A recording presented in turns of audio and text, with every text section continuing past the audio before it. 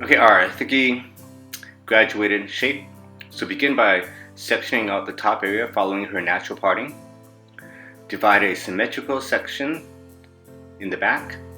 Come out your A-line section. Elevate your guideline section slightly and cut in a steep graduated line. Now it's highly advisable while you're cutting the back portion to stand directly at the occipital bone. So in this case, I want to start to work with stronger graduation through the tips, through the areas that aim towards the ears. So for this technique, when I'm cutting the back, I will stand directly behind her occipital bone because that will allow me to over direct the hair stronger. As you replicate this cut, make sure that your shoulders are elevated, your elbows elevated, your fingers are elevated, and your body is slightly diagonal. So as I'm cutting an A-line, a slightly diagonal shape, my actual body position mimics the shape that I'm actually cutting. And this is essential because it will allow you for the greatest amount of control while you're cutting your shape in. And again, always make sure you comb the hair super clean from roots to your guideline. Again, standing directly at the occipital bone for this technique, which again will allow me to over direct better. So first, the section like right at the occipital bone area, I'll comb super clean out. And as I start to cut the extending areas of this section, I'll slightly over direct the hair back. So notice how my body position stays the same here, and I'm over directing slightly backwards. This application will give me an even more so intense A-line shape through the back. So again, this time stand directly at the occipital bone. Okay, and again, as you're cutting the shape, use your comb. As I comb in the hair, I'll allow my comb to create the A-line shape I intend to cut. So here we go. I line up my comb. I just pull the hair straight out, and my comb's already A-line.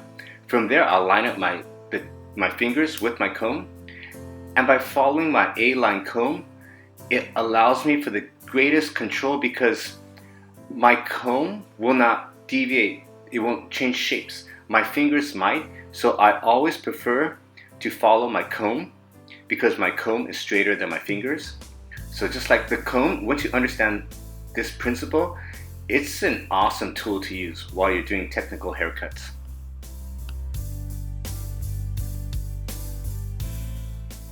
Comb the hair to natural fall and visually assess the shape that we're creating. Now through the opposite side, on the left side of this haircut, I'll be cutting in the exact same shape. So here again, go in, check for symmetry and balance. My fingers, elbows, scissors, sections, they're all parallel. And again, I'll be standing right at the occipital bone. So when I'm reaching over for the bare fringe of that section, I might have to lean over a little bit and then balance my body back. So with the next section, remember to increase your elevation progressively. This is another form of graduation. So here we're using 3 ways to create graduation. So one way is through elevation. The second angle is the angle of my fingers. So that's the second technical way of creating graduation. And again, our over direction. So the 3 technical ways to create graduation, we're implementing all 3 of them in this cut during the back area. Work in small, manageable sections. So again, as I comb out the hair, I have my fingers follow my combs. So notice how my stroke count it's not fast. It's slow, but it's full of intention.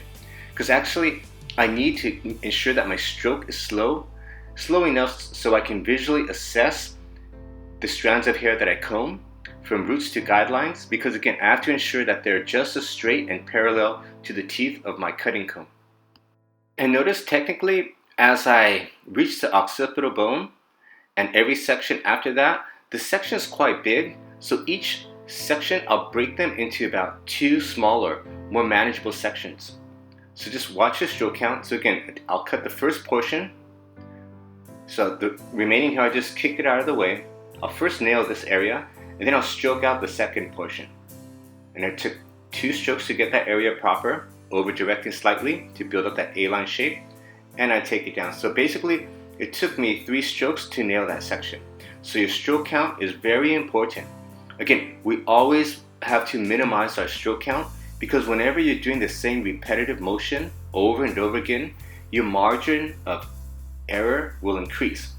You'll have a higher likelihood of over directing the hair off or elevating too high or too low. So less is more. Okay, so I'll just polish up these ends. That's my strong A-line. Again, comb the hair to natural fall, make your visual assessments, and then we'll jump right into the side area.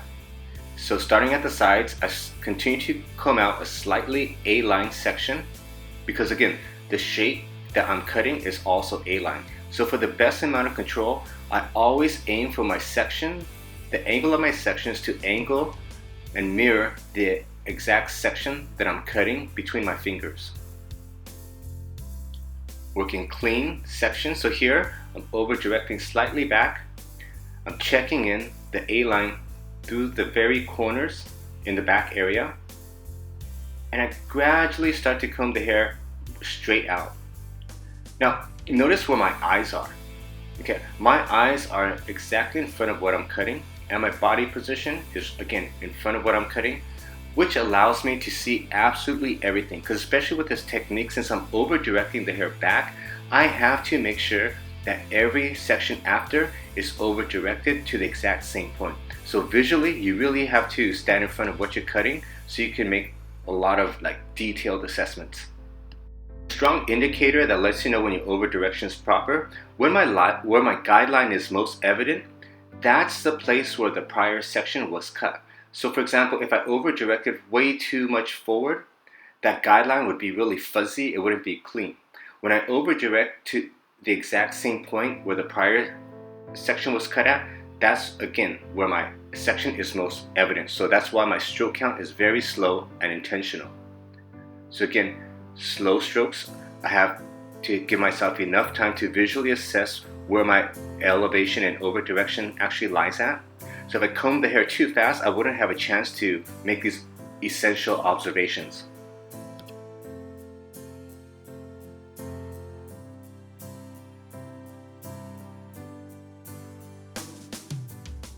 Okay, so now I'm starting out on the right side.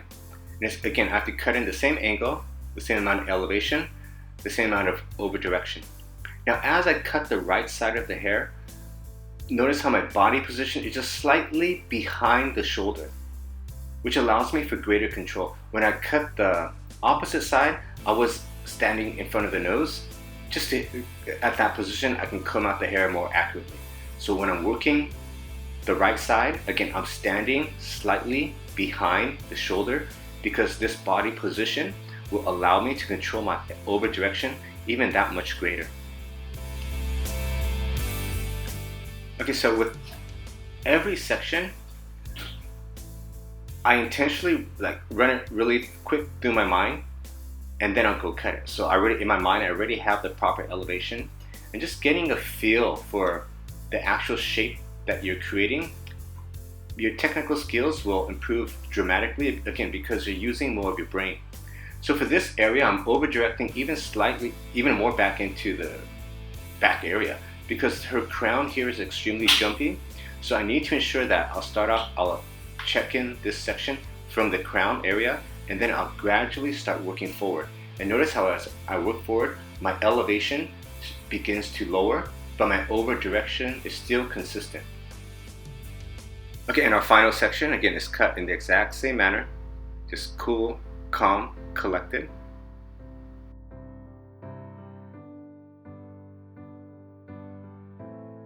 Okay, so now for the blow dry, I'll go in and I'll finish off the hair with a lot of texture. I want to see a lot of movement. I want to get root lift. I want to get some nice bends through the mid shaft and the ends. So I can dry in more bends through the mid shaft, and I can flip out the ends. I just want a super duper amount of texture going on with this finish. And I always have the back of my nozzle following my round brush. So here I'm just blowing in that extra texture. I start off with really high roots. I want that elevation and that body coming out starting at the roots. Can I continue to blow out this hair in multiple directions? So if there's no one set way, I can blow it so it flips out, I can blow it so it tucks under, I can blow 3 or 4 different shapes, especially in the mid shaft. I want that to get really hot and then set and really hot and set. So the amount of tension that you use with the round brush is imperative. I just want the hair smooth with tons of texture for one of the demonstrations for the finish that we're doing right now. Okay, so back to normal speed. Again, just closing up that cuticle. We have to make sure that no matter how much texture we blow in the hair, that cuticle is nailed shut. So again, blowing tons and tons of different texture into that hair. So now that we're dry, I'll go back and just texturize and cross-check my shape. And here I can use a bit more tension if I want to be accurate, because again, I went in and finished the hair with a lot of bend, and her hair naturally doesn't do that. But in the future, I'll be perming her hair, so that will also alter her texture. Okay, and for this model, I have actually shot 3 technical videos. One is her pinwheel hair color, the foil technique. The second is a haircut, and the third is a perm. So with this, I just want to go in and just bust out into the ends a bit more to anticipate when I do perm the hair, the texture will fall nicely. And then once I perm it, I have to go back and check my shape again, because the hair falls again very different from when it's naturally straight to a texture. So I just clean out the outline here. Okay, and there you have it, our textured finish.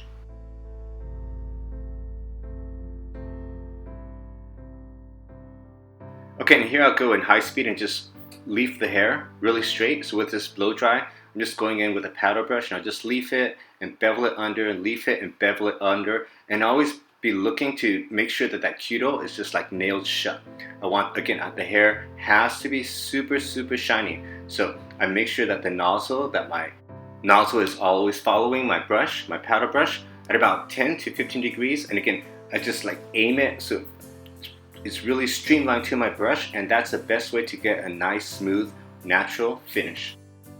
You're just pushing the hair around. Alright, and there we go. Our organic finish. Enjoy.